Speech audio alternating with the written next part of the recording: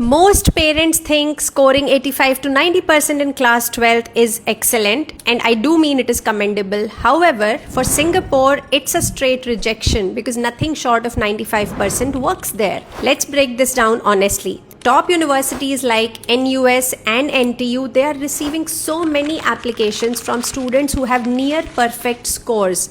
So what do 12th marks actually do? It just acts as first level filter.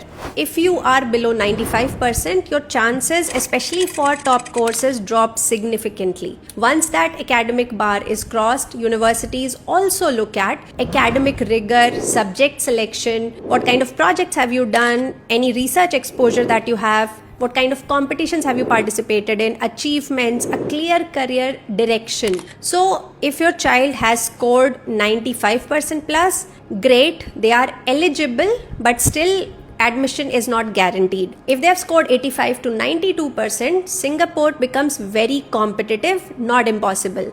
Below that, you need a different country strategy. But the real problem is not low marks. The problem is late planning. Singapore results come out so late, and by the time they come out, you cannot fix the profile gaps, the lack of direction, or weak positioning of your child's profile. So if your child is in class 10th, 11th or early 12th, this is the time to plan realistically. Not every student should target Singapore, but every student should have a clear strategic pathway. Point is simple, don't put all your eggs in the Singapore basket because every single Indian family is applying there this year.